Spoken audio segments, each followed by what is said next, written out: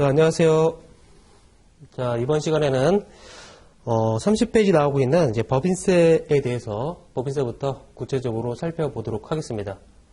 일단 법인세 파트는 일단 시험에서 가장 많이 나오는 파트다 보니까 정확하게 이해를 하셔야 될 것 같고요. 그 다음에 주로 계산 문제로 많이 나옵니다.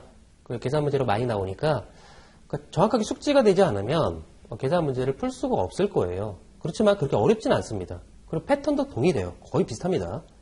회사가 한 거, 세법에서 요구하는 거, 이 차이에 나는 걸 조정한다. 이렇게 문제가 나오기 때문에 패턴은 뻔하기 때문에 몇 번만 반복하면 어쩌면 가장 쉽게 극복할 수 있을 겁니다. 자, 30페이지 보시면 먼저 법인세 총설이 나오는데 법인이 부담하는 법인세에는 다음과 같은 4가지가 있다. 자, 그래서 법인세 종류, 각삼소득에 대한 법인세, 청산소득에 대한 법인세, 토지 등 양도소득에 대한 법인세, 미환류소득에 대한 법인세. 자, 그래서 이렇게 4가지로 구분해서 법인세가 과세가 된다는 거예요. 근데 왜 이게 뭘까? 자, 먼저 우리는 법인세법에 대해서, 법인세법은 이 법인이 얻은 소득을 이렇게 과세합니다.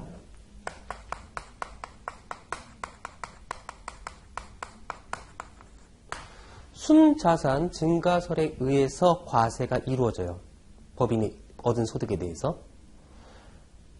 그러니까 법인이 뭘 벌었다. 순자산이 증가했다. 그럼 너 벌은 거잖아. 과세. 이렇게 과세한다는 겁니다. 그러면 법인은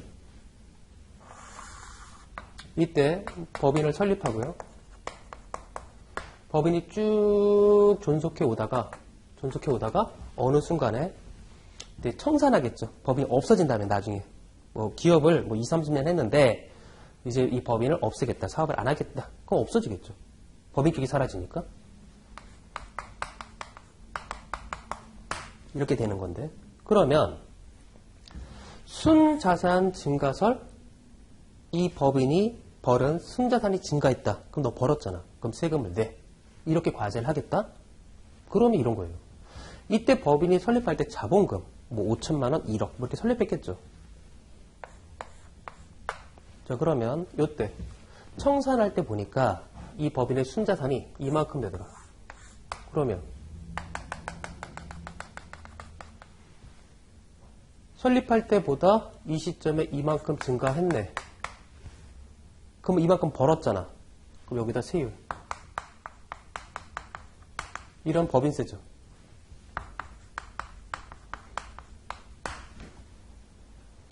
이 법인이 설립되고 이 청산하는 과정까지가 만약에 100년이 걸렸다. 그러면 법인세는 100년에 한 번 걷어야 되는 거예요? 말도 안 되는 거죠. 국가는 재정수에 충당하기 위해서 과세권이 충족된 납세 의무자로부터 세금을 걷어들여야 돼요. 걷었다가 국가가 예산을 세워서 쓸 목적에 따라서 지출이 이루어진다는 거죠. 걷어야 돼, 매년. 그런데 순자산 증가설? 이때 설립했고 이때 순자산이 이만큼 됐으니까 이만큼 벌었으니까 과세. 그럼 100년에 한 번 걷는다? 말도 안 된다는 겁니다, 이게. 그래서 어떻게 해요? 이게 맞아요, 논리적으로. 맞아요. 맞지만 재정수에 충당할 목적으로 세금을 걷어야 된다는 거죠. 어쩔 수 없이. 그래서 이 순자산 증가설로 과세하되 일정 기간 단위로 쪼개겠다. 이렇게. 그래서 이 기간 동안에 순자산이 증가한 거. 이때 보니까 설립할 때 이만큼이죠. 이때 기말에 보니까 순자산이 이만큼 되더라. 그럼 이만큼 증가했네. 과세. 자, 이때 보니까 또 순자산이 이만큼 했네. 이만큼 증가했네. 과세. 이렇게 하겠다. 원래 이게 맞지만 재정수에 충당할 목적으로 우리 일정 기간 단위로 쪼개서 세금을 걷어야 될 거 아니냐. 그래서 우리 쪼개서 걷겠다. 그게 각사압류 소득에 대한 법인세라는 거죠.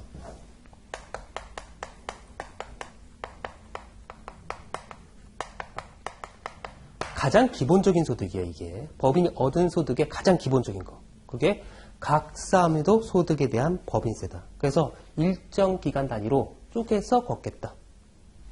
사업연도 단위로 쪼개서 걷겠다. 이게 각사함소득에 대한 법인세였다. 두 번째, 청산소득에 대한 법인세가 있는데, 자, 이때 드디어 법인이 청산을 했다. 청산을 했다? 그러면 이 청산했을 때 보니까 이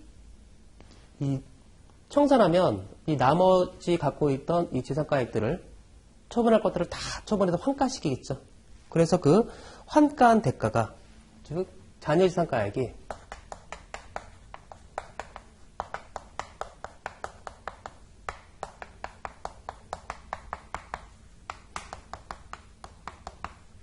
자기 잡은 총액을 초과하고 있더라.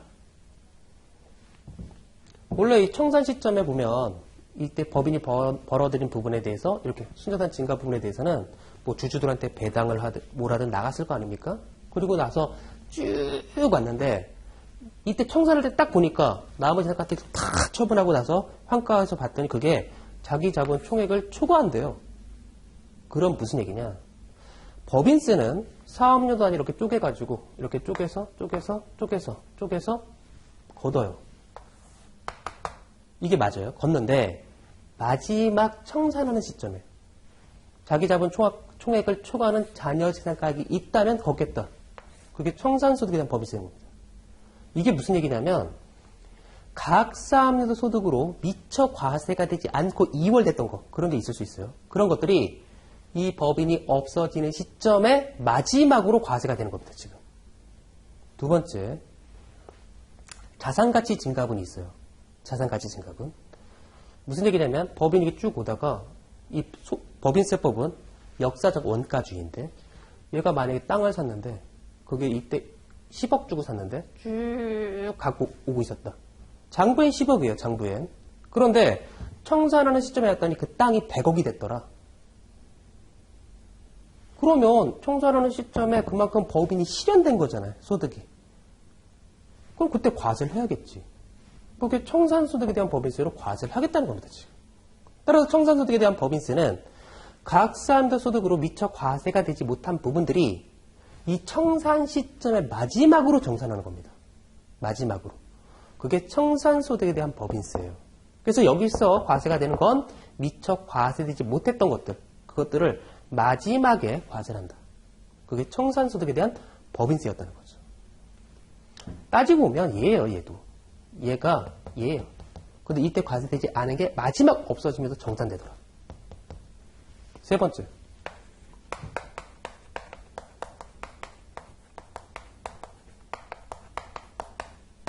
토지 등 양도소득에 대한 법인세예요. 이게 뭐냐면 만약에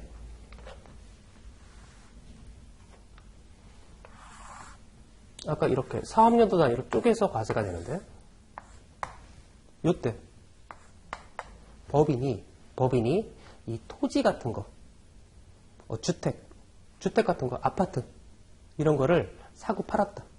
그러면 그래서 요때 사고 팔아서 뭘 벌었다. 그럼 뭐가 과세가 돼요? 과세되죠. 벌었다 그러면 순자산이 증가했으니까 각 사람 소득에 대한 법인세로 과세가 돼요. 그런데 만약에 법인이 주택과 비사업용 토지 자 이런 것들을 사고 팔아서 번 게 있다. 그러면 벌었으면 이 과세가 돼요. 과세가 되는데 토지 등 양도소득에 대한 법인세를 추가로 걷겠다는 겁니다. 과세해요. 이때 팔았으면 얘를 이때 사고 팔았으면 번 게 있으면 과세가 돼요. 그런데 이거 왜 추가적으로 얘를 또 거둘게? 이게 토지 등 양도소득에 대한 법인세예요. 왜 그럴까? 개인은 소득세율이 6에서 45%로 돼 있어요. 법인은 벌어들이는 게 2억까지가 10%고 200억까지 벌었다? 그러면 2억 초과 200억 이하까지가 20%의 세율이. 개인은 45% 세율을 맞는 게 10억 초과되고 있다. 과표가. 그러면 45%예요. 세율이. 그럼 보세요. 개인인데 내가 20억을 벌었다. 그럼 나 45% 맞을 수 있죠? 법인 사업자다. 법인이 이런 걸 사가지고 했다. 벌었다. 근데 200억까지 20%라고요. 그러면 개인이 할 땐 45%, 법인이 하면 20%? 그러면 내가 이런 걸 사고 팔아서 뭘 벌었다. 개인으로 하겠어요? 법인으로 하겠어요? 당연히 법인이 낫죠. 세금이 거의 2배가 세이브가 되는데 개인으로 하면 45%인데 법인으로 하면 이거밖에 안 되니까 그러니까 누가 쓸데없이 개인으로 하겠어요, 이런 거. 이걸 가만히 내비두면 어떤 일이 벌어져요? 이렇게 과세를 해버리면, 이게 과세가 된다 그러면, 법인세가, 곽삼소득으로 과세가 된다 그러면, 다 부동산 투기는 법인으로 할 거라는 얘기죠. 따라서, 만약에 법인이, 아파트, 주택가격 어마어마하게 올랐지 않습니까? 비싸면 토지. 왜 쓸데없이 땅을 갖고 있어? 투기 목적이죠. 이렇게 했어? 그러면, 번개 있으면 각삼소득의 법인세로 과세가 되겠지만 추가로 내 토지 등 양도소득의 법인세를 추가로 내 그래서 이게 과세가 되는 거예요. 즉 개인과의 형평성 때문에.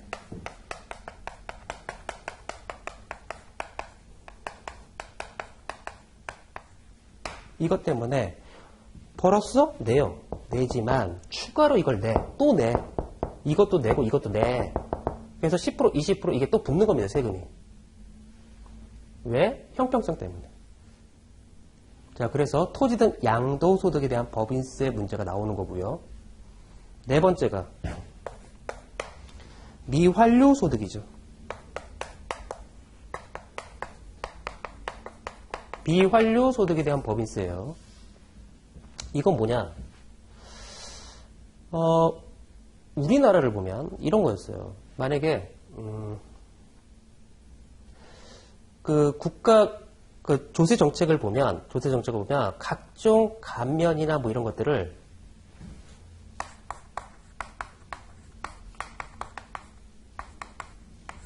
대기업 위주로 성장을 시킵니다. 그게 무슨 얘기냐면 여기 대기업이 있고 일반 개인들이 있다 그러면 재원은 한정돼 있어요. 이 국가 재원을 이쪽에다 줄 수 있고 이쪽에다 줄 수 있는데 얘보다는 얘한테 주는 게 얘한테 준다 그러면 얘가 이거를 받아서 파이를 크게 만들 거다. 얘가 크게 만들 거다. 대기업이 이렇게 만들 거다. 얘보다는 얘가 낫다. 해서 밀어줘요. 대기업 위주의 성장. 그러면 이 파이가 워낙 크다 보니까 나중에 이 파이를 결국 개인한테 이렇게 흘러간다 그러면 그게 훨씬 더 이득 아니냐. 만약에 재원이 너무너무 많다 그러면 얘도 밀어주고 하면 돼요. 그런데 재원은 한정돼 있어요. 그러면 어쩔 수 없이 대기업 위주의 성장을 한다고요. 그러면 얘가 파이를 크게 만들어서 일로 가면 된다는 얘기예요. 즉 낙수 효과가 있다는 거죠. 크게 갈 수 있다. 개인한테도 골고루. 자, 그런데 현실은 그렇지 않고 있죠. 자, 따라서 이게 나왔던 거예요. 만약에 니네가 이렇게 해가지고 이렇게 했는데 이거를 기업 내부에 사내 유보라고 있어? 사내 유보라고 있어? 그러면 너네 이거 낸 거 알아. 니네가 법인세 이때 사업을 잘해서 이렇게 크게 만들어서 각상소득 순자산이 증가했으니까 과세된 거 알아. 하지만 이게 니네가 이렇게 벌었으면 일로 가야 되는데 가지 않고 기업 내부에 금고에 쌓아놓거나 어디 뭐 이상한 뭐 부동산 같은 거 막 사고 있거나 기업 내부에 막 쌓아놓고 있어? 밖으로 유출 안 시키고? 그러면 너네를 밀어준 효과가 없. 원래 이렇게 낙수 효과가 있을 줄 알고 우리가 했던 건데 너네 그렇게 하지 않으면 이거 쓸데없이 잘못한 거 아니야. 니네가 그래서 사내 유보를 적정 사내 유보가 아니라 초과해서 쓸데없이 많이 갖고 있어? 그럼 여기다가 과세를 할게. 이걸로. 그게 미완료 소득에 대한 법인세예요. 그래서 이 미완료 소득에 대한 법인세는 이 법인이 벌었을 때 내요. 냈지만 쓸데없이 초과해서 기업 내부에 쌓아놓고 있어? 그럼 추가로 과세할 거야. 그래서 이거는 대기업 집단에 한해서 얘네가 과세가 돼요. 모든 법인이 아니라 자기 자본이 500억을 초과하는 영리 내국 법인들, 그런 애들이 과세가 된다는 얘기예요, 지금. 자, 따라서 이게 가장 기본적인 소득이고요. 그리고 얘네들이 추가로 과세가 될 수 있다.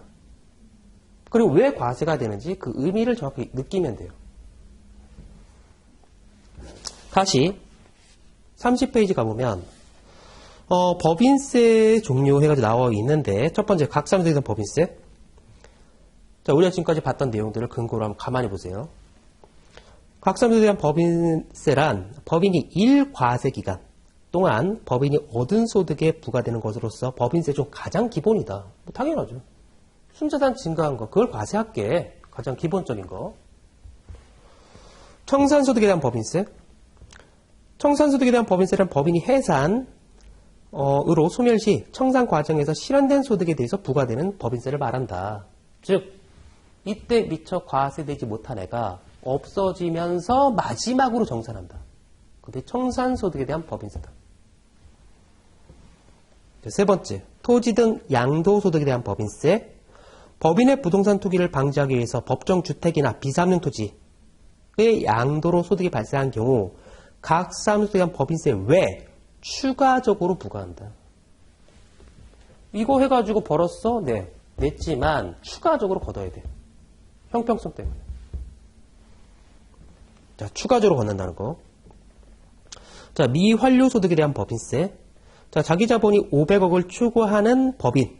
이런 법인들에서 거기 보니까 중소기업, 비영리법인, 이동화 전문법인들은 제외한다. 즉 대규모 기업 집단에 해야지만 과세가 되는 거, 얘는. 거기서 세 줄 내려오면 각 사무소득에 대한 법인세에 더하여 추가로 법인세 납세물을 부담하게 된다.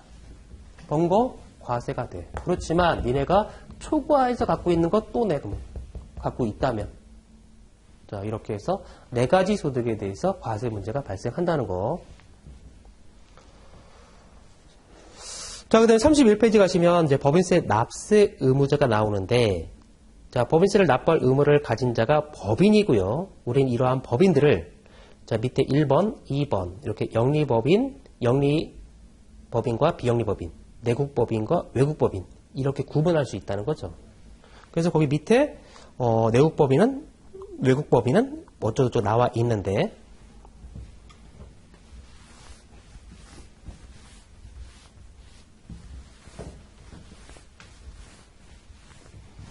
자, 일단 법인은 먼저 거기 두 번째 내국법인과 외국법인 또 보면 법인의 본점이나 주사무소 또는 사업의 실질적 지배 장소를 국내에 둔 법인을 내국법인, 외국에 둔 단체를 외국법인이라 한다. 법인은 내국법인과 외국법인으로 갈라진다. 기준은 뭘까? 본점 또는 주사무소가 국내에 있으면 내국법인, 국외에 있다 그럼 외국법인. 즉 본점이 어디 있냐 이거예요 지금. 그게 우리나라에 있다 그럼 내국법인, 그게 외국에 있다 그럼 외국법인. 이렇게 갈라지고요. 다시 위로 올라가면 영리법인과 비영리법인인데, 영리법인이란 일반적인 주식회사와 같이 이익을 얻기 위하여 사업을 영위하고, 그 다음에 더 중요한 건데, 이러한 이익을 법인의 구성원에게 분배하는 것을 목적으로 하는 것을 말한다.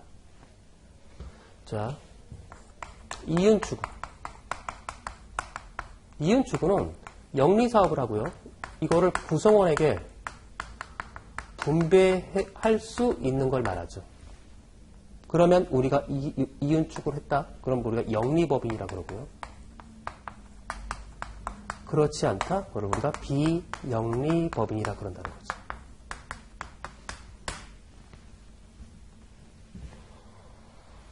그 다음에 외국법인도 마찬가지. 영리법인과 비영리법인으로 구분한다는 거죠. 이윤 추구 여부에 따라서. 그래서 법인은 본점 또는 주사무소가 어디냐에 따라서 내국, 외국, 그 다음에 이윤 추구 여부에 따라서 영리, 비영리 이렇게 구분할 수 있다. 자, 그런 것들을 말하는데, 자, 거기 영리법인과 비영리법인에서 두 번째 줄, 반면에 비영리법인이라 학교, 종교단과 같이 이익 추구를 목적으로 하지 않는 법인을 말한다. 영리법인은 법인에 귀속되는 모든 소득에 대해서 과세가 되고요. 비영리법인은 법인세법에서 규정하는 수익사업에서 발생한 소득에 대해서만 과세가 되더라. 자, 일단 이거예요. 자, 영리법인은 모든 소득에 대해서 과세가 되고, 비영리법인은 수익사업과 관련된 게 과세가 돼요. 여기도 마찬가지.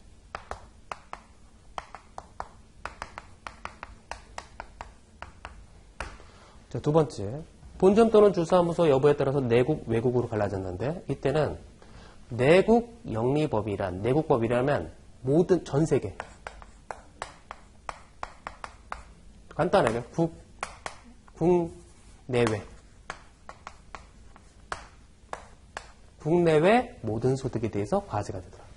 영리 내국법인은. 그 다음에 비영리 내국법인은 국내외, 즉 전 세계에서 벌어들인 이 수익사업과 관련된 게 과세가 되더라.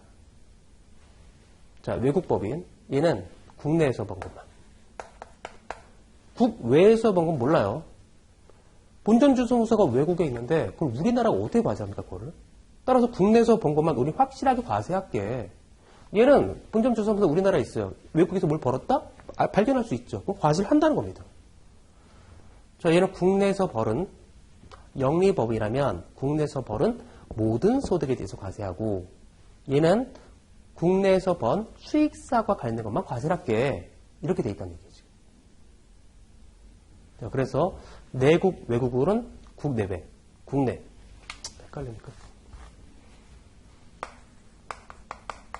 국내외냐, 국내냐. 그 다음에 영리냐, 비영리냐는 모든 소득이냐. 아까 법인은 순자산 증가세로 과세한다 그랬을까? 증가했어? 그럼 무조건 과세해. 비영리? 그럼 수익서. 똑같이. 그러니까 이런 생각도 들어요. 아까 비영리 법인을 보니까 얘네들은 뭐 종교, 자선, 학술, 뭐 공연, 뭐 사회 이로운 일들을 많이 하는 법인들이죠. 비영리 법인들은 뭐 장학재단 만들고 뭐 불이웃 돕고 뭐 이런 거, 그런 거 하는 법인들. 그런 법인인데 얘를 비영리 법인을 왜 과세하지? 이것도 과세하지 말지. 왜? 비영리 법인은 뭘 벌어도 분배를 할 수 없어요, 구성원들한테. 그래서 벌어도 그거를 비영리 법인한테 가져와서 다시 비영리 법인 단체가 원하는 어떤 사업을 해야 돼요. 그 주주들한테 못 줘요. 얘는 뭘 벌어도. 그런데 얘네들은 왜 과세 이런 거 쓸데없이 과세하지 말지, 이것도. 이런 생각도 들어요. 그러니까 이런 거죠. 만약에 영리법인하고 비영리법인하고 똑같이 어떤 빵을 만든다. 어떤 빵을 만들었다. 자, 그런데 원가를 보니까 영리법인은 뭐 밀가루 뭐 이런 거에서 이게 한 90원 들어요. 그 나중에 법인세를 내야 돼, 얘가 뭘 팔아서 벌면. 그래서 법인세가 만약에 한 10원 정도 들어요. 그래서 원가가 얘는 100원쯤 들어요, 원가가. 그리고 여기서 이제 여기다 이윤 붙여가지고 이제 매가가 나오겠죠? 그래서 매가가 한 뭐, 소비자가가 한 120원에 팔게. 이럴 수 있어요. 근데, 비영리법인을 만약에, 얘는, 아니, 벌어도 구성원들한테 분배도 안 하고, 그 다음에 이 비영리법이 원래 원했던 고유 목적 사업에 쓴다. 좋은 일이 하잖아, 얘네들은. 진짜 장학재단도 하고. 그럼 얘네가 뭐 벌던 말던, 과세할 필요가 뭐 있어? 그러면 얘가 빵을 만들 때 원가는 90원이에요. 이 세금 부분이 없다고 얘는. 그럼 얘는 원가가 90원짜리 빵이지. 그럼 얘는 이 빵을 팔 때 매가가 120원이 안 된다는 얘기예요. 얘는 110원에도 팔 수 있어요, 이거를. 그 똑같이 이윤이 남으니까. 그러면 시장에 이 빵이 나왔을 때 팔려요? 영리법인이 만든 빵이 팔려요? 이게 똑같은 제품이라 그러면 안 팔려 이거. 왜? 뭐하러 이거 사? 똑같은데 이게 훨씬 더 싼데 무조건 얘만 팔려요. 무조건. 얘를 과세를 하지 않으면 선택의 왜곡 현상이 나올 수 있다는 얘기지. 따라서 얘가 이런 빵, 어떤 수익 사업을 해. 얘처럼 똑같이 수익 사업을 해. 영리법인처럼. 그러면 그때는 과세를 해야 돼. 그래야 선택의 왜곡이 없어져. 그래서 과세하기 싫어요. 하기 싫은데 어쩔 수 없이 이건 과세를 해야 된다는 얘기예요. 안 했다가는 안 팔린다는 얘기예요. 얘네가 만드는 거. 자, 그래서 이렇게 과세 문제가 나오더라. 자, 여기까지 이해가 되고. 그럼 이걸 바탕으로 해서 한 페이지 넘겨보면 자, 거기 32페이지에 법인 종류별 납세 의무의 범위가 나오죠. 거기 맨 위에 박스. 이제 이 각각의 법인 단계별로 어떤 세금을 내냐 이거죠.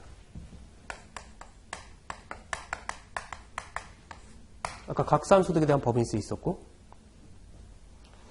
그 다음에 토지 등 양도소득, 미환류소득이 있었고, 청산소득이 있었다. 이렇게 4가지 소득이 법인이 과세가 되는데 이 각각의 법인들은 어떤 세금을 낼까? 자, 첫 번째. 일단 이 법인들이 벌었다. 그럼 각산소득에 대한 법인세를 다 내겠죠. 자, 그러면 영리 내국법인이다. 그러면 얘는 일단 국내외죠. 국내외 모든 순자산이 증가한 걸 과세. 비영리는 국내외 수익사업과 관련된 게 과세. 얘는 국내죠. 국내 모든 게 과세.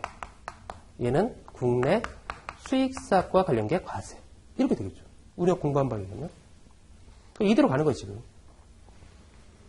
토지 등 양도소득에 대한 법인세. 왜 과세했을까?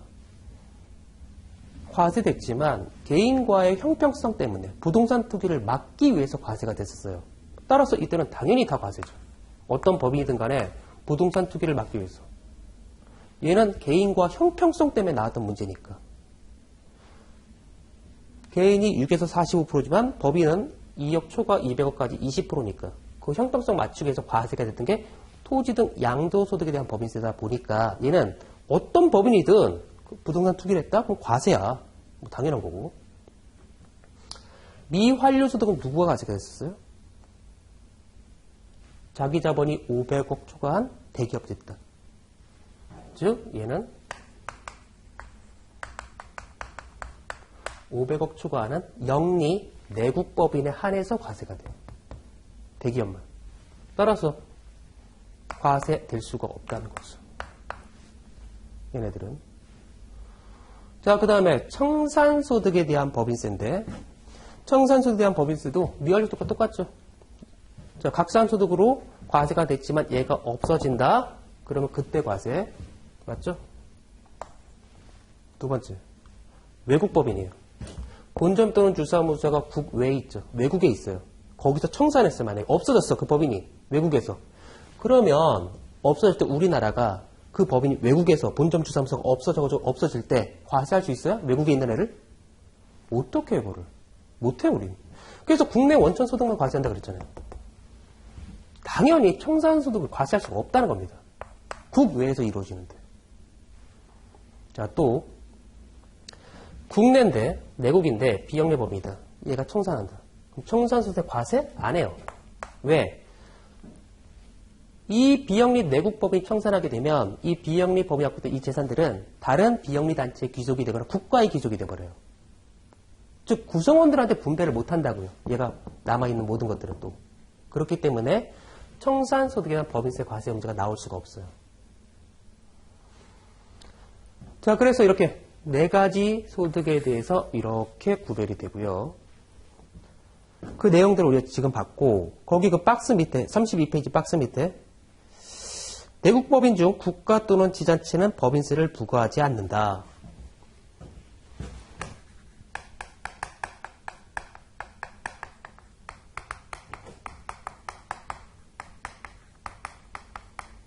국가, 지자체가 어떤 사업을 해서 뭘 벌었다.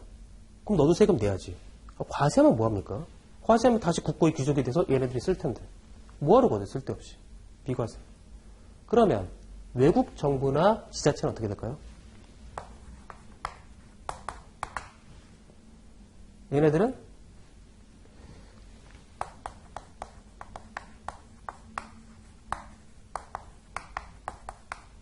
비영리 외국법인이라는 거죠.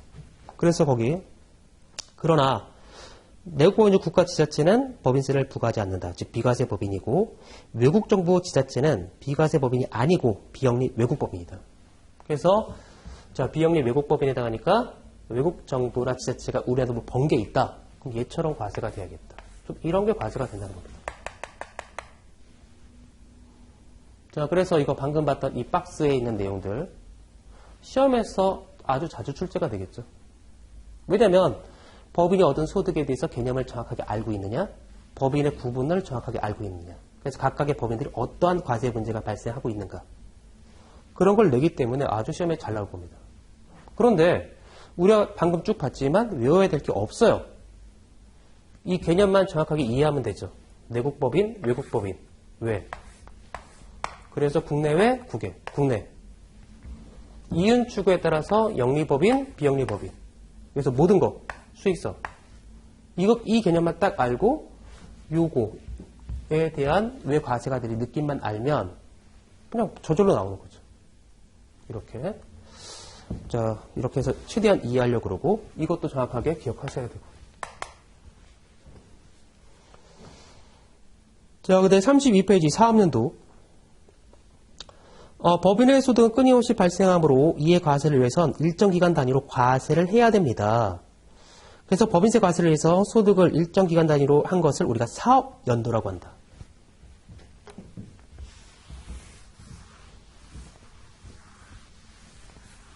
아까 뭐라 그러냐면 법인은 순자산 증가설로 과세가 되더라. 그래서 이때 설립을 하고 이때 청산이 된다. 순자산이 증가한 걸 과세한다? 이때까지 기다릴 수 없으니 이 기간 동안 일정 기간 단위로 우린 잘라서 순자산 증가에 대해서 과세를 하겠다. 순자산 증가에 대해서 과세하겠다. 즉 일정 기간 단위로 쪼갤 수밖에 없었다는 겁니다. 그래서 우리가 그거를 사업연도라고 그래요. 사업연도. 그러면 이 사업연도를 어떻게 정할 수 있냐 이건데 거기 세 번째 줄. 법령 또는 법인의 정관 등에서 정하는 1회계 기간으로 하되 이러한 사업연들은 법령이나 정관 등에서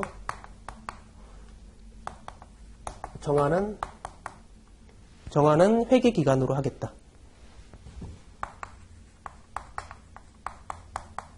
단 1년을 초과할 수는 없다.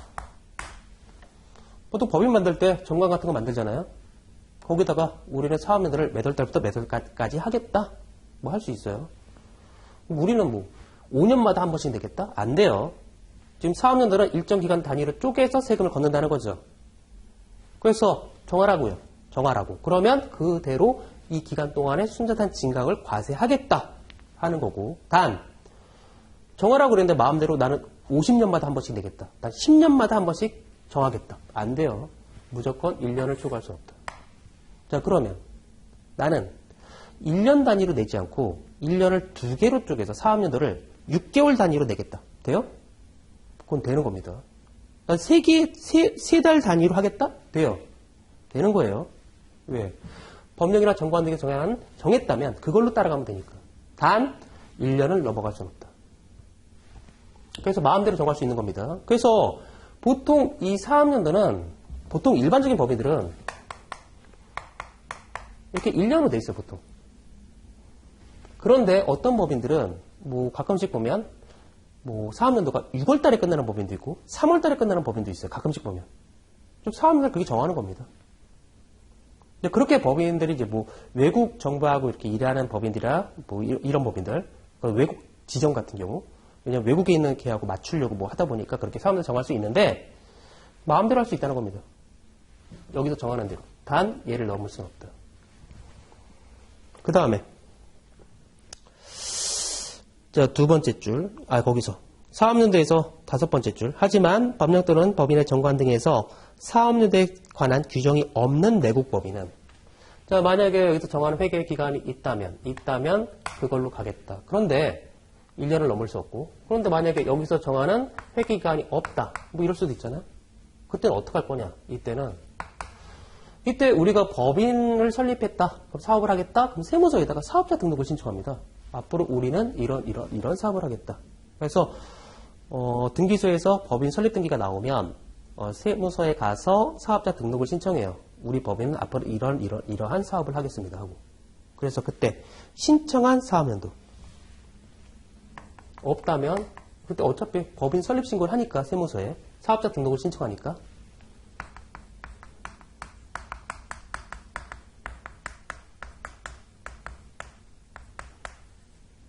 세무서에 신고한 사업연도가 있다면 그 사업연도로 가겠다. 그런데 또 이럴 수도 있죠. 법령이나 정관된 회계기간이 없어서 세무서에 신고한 사업연도로 가는데 만약에 얘가 또 세무서에 신고한 사업연도가 없대요. 또 그럼 무조건 이렇게 할게. 자, 그래서 하지만 법령 또는 법인의 정관 등에서 사업연도에 관한 규정이 없는 내국 법인은 관할 세무서장에게 신고한 사업연도를 하되 사업연도 신고를 하지 않은 경우에 매년 1월 1일부터 12월 말까지를 그 법인의 사업연도로 한다. 자, 그래서 이렇게 일정 기간 단위로 쪼개는 거를 우리가 사업연도로 하는데 법령이나 정관등에 정하는 회계기간이 있다면 그걸로 가고 단 마음대로 하라 그랬지만 1년을 넘을 수는 없어. 만약에 없어? 여기 없어? 그러면 어차피 세무서에다가 사업자 등록 신청할 때 우리 사업연도는 언제부터 언제까지로 할게요? 그때 다 써냅니다. 그래서 그렇다면 그걸로 가겠다. 근데 안 했어. 그 무조건 1월 1일부터 12월 말이다. 자, 법인은 이것만 기억하죠. 법인은 내 사업연도를 마음대로 정할 수 있다. 1년 범위 내에서. 나중에 우리가 소득세를 공부하겠지만 소득세는 그런 게 없어요. 안 돼요. 소득세는. 법인만 가능하다. 자, 네 번째 납세지. 납세지란 법인세 납세 의무자인 법인의 입장에서 법인세를 신고 납부하는 기준이 되는 장소를 의미한다. 뭐 별거 아니고. 33페이지 이제 다음 설명 중 옳지 않은 것은 1번 법인세를 납부가 있는 자는 법인이다. 법인은 영리를 추구하는지 여부에 따라서 영리법인과 비영리법인으로 구분된다. 3번 국내에서 사업을 영위하는 모든 법인은 내국법인에 해당한다. 아니죠. 국내에서 사업을 영위해도 본점 주사무소가 외국에 있으면 외국법인이었어요. 내국법인, 외국법인은 본점 또는 주사무소 여부예요. 국내에서 사업을 하고 말고 이게 아니라. 답은 3번. 그래서 법인에 대한 기본적인 우리가 개념들을 쭉 살펴봤고 이제 34페이지에 각 사업연도 소득에 대한 법인세가 나오는데 보시면 자, 법인세는 요때 이 사업년 단위로 쪼개가지고 요때 벌은 요 순자산 증가액에 대해서 과세가 돼요. 그러면 법인세는 간단히 얘기하면 이거예요. 요때 기초 순자산이 이만큼 있었는데 기말에 보니까 이 기말 순자산이 이만큼 됐어. 증가, 과세. 이게 어디서 늘었는지 말든지 다 필요 없어요. 우린 순자산 증가설로 과세가 되니까 이 법인이 뭘로 벌든지 간에 증가했으면 과세야. 여기다 세율, 그럼 법인세. 간단한 겁니다. 논리적으로 보면. 그럼 얘를 구체적으로 어떻게 구할까 이건데 그게 34페이지에 나와 있다는 거죠.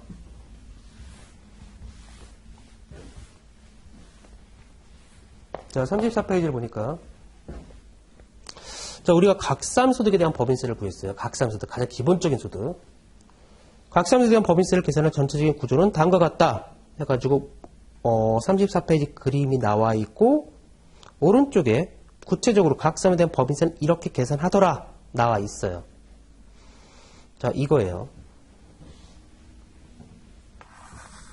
12월 말 법인이라 그랬을 때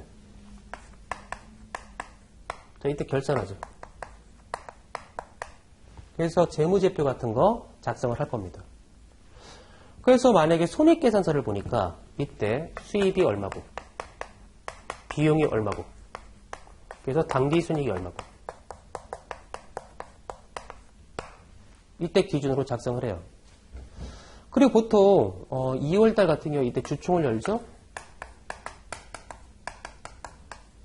주총을 열어가지고 이 재무제표를 주주들한테 보여주겠죠.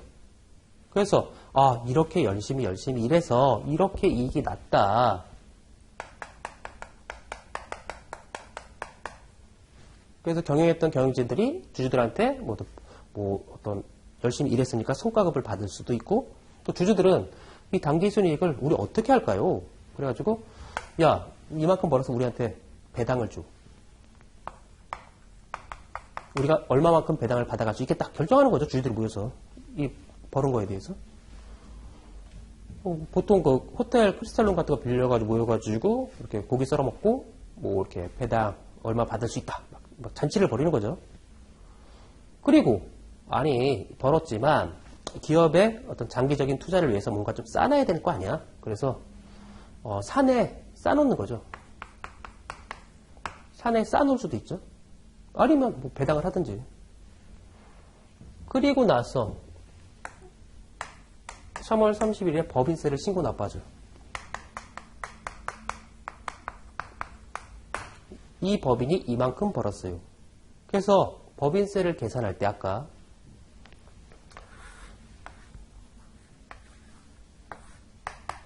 이걸 어떻게 구하냐면 법인세는 똑같아요. 개념은.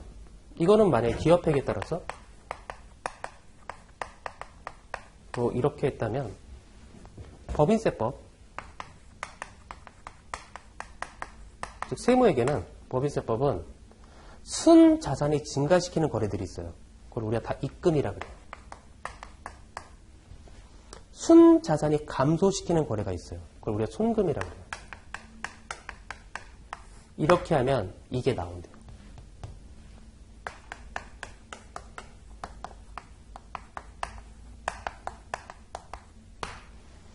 입금이란 법인의 순자산을 증가시키는 거래들을 말해요. 대표적으로 매출, 돈이 들어오겠죠? 이자 수입, 이자가 들어오겠죠? 돈이? 그런 것들. 손금, 돈이 나가는 거, 순자산이 감소시키는 거래예요. 대표적으로 인건비, 임대료, 매입 원가, 이자 비용 이런 거 있겠죠. 그렇게 하면 이게 나온대요. 벌어들인 게. 그럼 가만히 생각해 보니까 얘하고 비슷하죠? 얘하고 비슷해요? 자, 이거 지금 12월 달에 기업회계에 맞춰가지고 수입에서 비용을 뺐더니 당기순이익이 나왔어요. 저 기업회계에 따른 수익과 비용을 계산한 거고, 법인세법 입장에서 법인의 순자산이 증가시키는 거래를 다 끄집어내요. 그게 입금이니까. 이거는 요 기간에 순자산이 증가한 걸 다 끄집어내는 거예요. 저 기간 동안 순자산이 감소시킨 거래가 있어요. 그걸 다 끄집어내요. 그럼 얘가 나온대요. 그럼 얘가 얘래요. 그러면 이때 3월 달에 법인의 장부를 보고 순자산이 증가시킨 거래를 다 끄집어내고 감사한 걸 다 끄집어내서 얘를 찾아내면 돼요. 그런데 이걸 3월 달에 딱 하려고 보니까 얘하고 비슷한 애가 있다고 이미 여기에. 이미 해놨다고 이렇게. 얘하고 비슷비슷한 애가 여기 있다고. 그런데 차이가 있어요. 기업회계에서 볼 때는 수입이지만 법인세법 입장에서 보니까 수입이 아닐 수가 있어요. 기업회계 입장에서 수입이 아니지만 법인세법 입장에서 보니까 수입이래요. 기업회계 입장에서는 비용이지만 법인세법 입장에서는 비용이 아닐 수가 있어요. 자, 보니까 얘하고 비슷비슷해요. 얘하고 비슷비슷해요. 그러면 얘하고 어떤 차이만 조정해주면 얘가 나온다는 거죠. 즉 여기에 있는 모든 거래를 다 끄집어내서 입금, 손금 해가지고 이걸 찾아낼 바에는 낼 수도 있지만 굳이 그렇게 하냐. 어차피 비슷한 게 여기 있는데. 그리고 얘네들은 비슷비슷하잖아. 그러니까 여기서부터 출발해서 얘하고 어떤 차이점,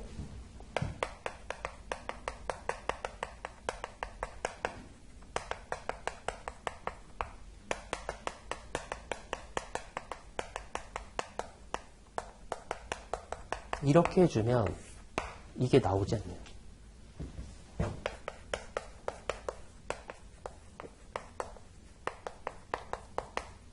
이게 간접적으로 구해질 수 있다. 차이가 나는 것만 조정해줘. 그럼 우리가 이걸 뭐라 그러냐? 이거를 세모준이라고 하죠. 단기순위부터 출발해서 이러한 세모조정을 거쳐주면 얘가 간접적으로 나오더라. 우리가 원하는 게. 입금은 뭐냐? 얘가 수입 안 잡았지만 법인세법 입장에서 보니까 수입이야. 손금불산이 얘가 비용 잡았어요. 근데 법인세법 입장에서 비용이 아니야. 비용이 아니니까 빼야 돼. 그래서 플러스. 여기다 플러스 시키겠다. 얘는 비용으로 안 잡았지만 법인세법 입장에서 보니까 이건 비용이야. 손금. 얘가 수입 잡았지만 법인세 입장에서 보니까 수입이 아니야. 입금 불산이. 그래서 마이너스. 이렇게 해주면 원하는 게 나오다. 자, 이렇게 보죠. 만약에 이 기업이 보니까 당기순이익이 50이다. 보니까 수입이 200이고 비용이 150이야. 이래서 손익계산서의 당기순이익이 50으로 나왔어요. 50으로. 근데 가만히 보니까 여기 비용에서 대표적으로 접대비 같은 경우에 기업회계는 기업 활동을 위해서 수익사업을 위해서 어쩔 수 없이 고객들과 만나서 들어간 비용이다. 접대비 인정해줘요.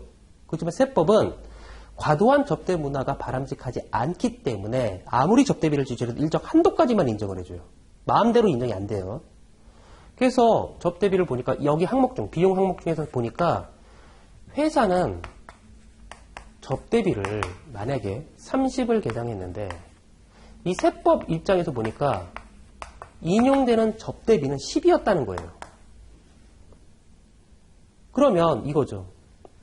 만약에 이 접대비가 여기서 30이 아니라 10만 들어갔었다. 만약에 10만 들어갔다.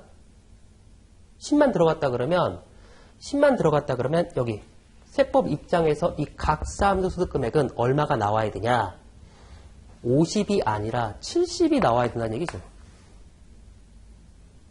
얘네는 회사가 기업회계에 따라서 접대비를 30을 계산했으니까 이게 나왔던 건데 세법은 10밖에 인정이 안 된다고요. 비용이 10밖에 인정이 안 되니까 이게 아니라 20이 비용이 더 계산돼 있으니 얘는 70이었다는 겁니다. 이게.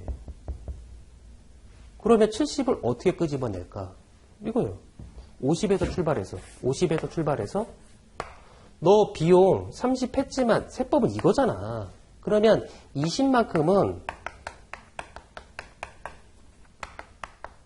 송금불산이 우린 비용으로 인정 못해. 50에서 출발해서 송금불산이 20이야.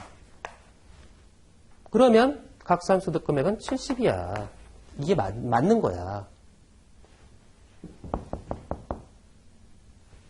즉 수입이 입금이 200인데 세법은 접대비를 10만큼 인정했으니까 회사가 30 인정해서 150이었죠.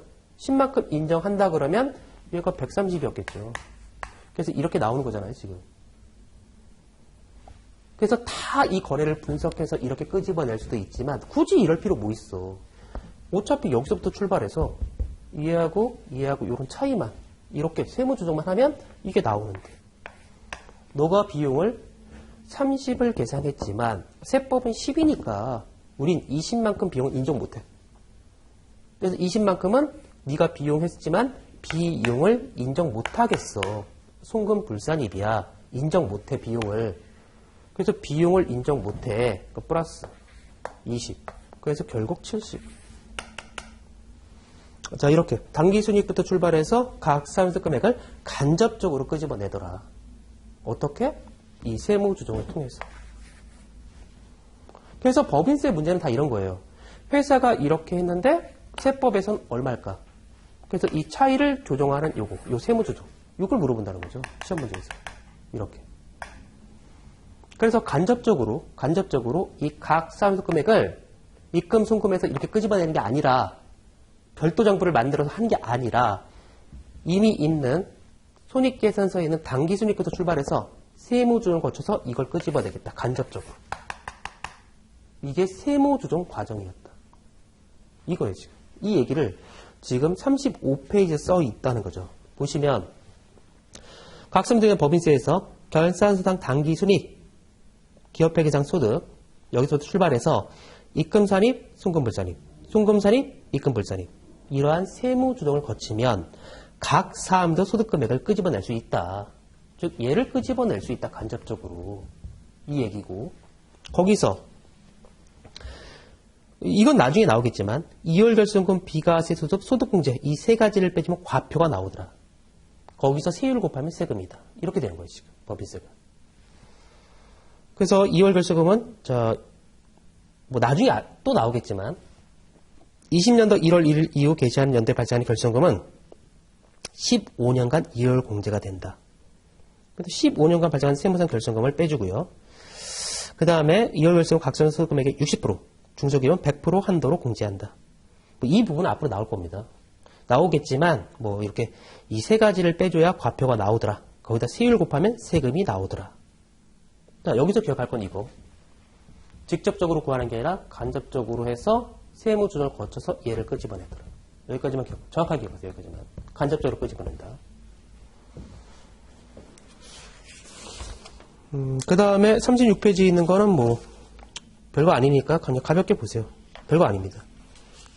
그리고 38페이지 보시면 법인세 과세표준 및 세액조정 개선서가 나오는데 이렇게 신고 서식에다 이렇게 쭉 쓰는 거예요. 보면 거기 첫 번째 칸에 38페이지 맨 위에 첫 번째 칸에 이게 이렇게 법인세를 신고합니다. 이렇게 서식에 작성해서 보면 결산수상 당기순이익부터 출발해서 입금산입, 송금불산입, 그 다음에 송금산입, 입금불산입. 이 말은 같은 용어라고 생각하세요. 입금산입, 송금불산입 같은 거.